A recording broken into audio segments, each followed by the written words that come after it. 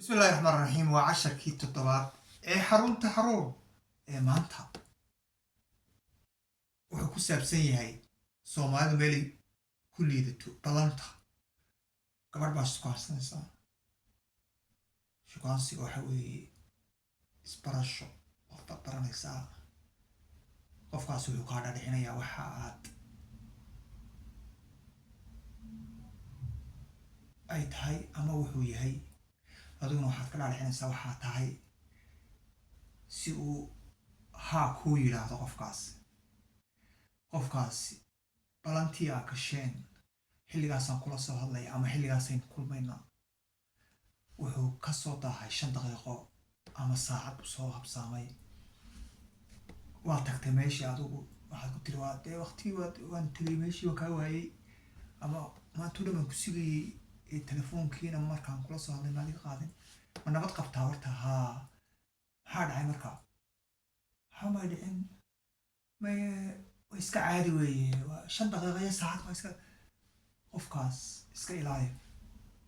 haddii qofku 5 daqiiqo soo habsaamo ama 3 daqiiqo soo habsaamo ama 2 daqiiqo soo habsaamo ay mar aad aragto marka waxaa laga yaabaa qofkaas markaa way dhacday dhan baa qabsataa laga yaabaa laakiin u fiirso inay dabeecad tahay haddii dabeecad markasta ka soo dhigo u fiirso qofka xidhiidhka u jiro ta kale waxaad eegtaa qof baa macaamiil baa ganacsadaad tahay alaabaad iibinaysa ama cilmi baad iibinaysaa ama dhar baad iibinaysaa ama waxaad iibinaysaa raashin qofkaas xilligii aad balanteen wiig wuu yimi wiigii dambana muu kuu iman markaad weydiisana wuxuu kuu sheegay marmarsiiyo ka fogow qofkaana dad baa iska guursanaya waxaa يعني سيدان وآمنة قبل شطة غصوب صانتي سيدان الماي وآمنة يعني واحد عقل قال هاي وان شعلها هاي وقروح بطنتها هاي وها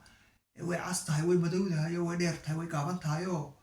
بس كوردا وين بيلها هاي دبر كذا وينو لقيه ذا عين كنو وتشي ذا قروح بطنه الخلو العقل بيلها هاي انتهي ذا خاي عين كنو وحلقيا تميه دوني تشيل سيين تميه دوني أدري ما غيا وان كهلا كبرنا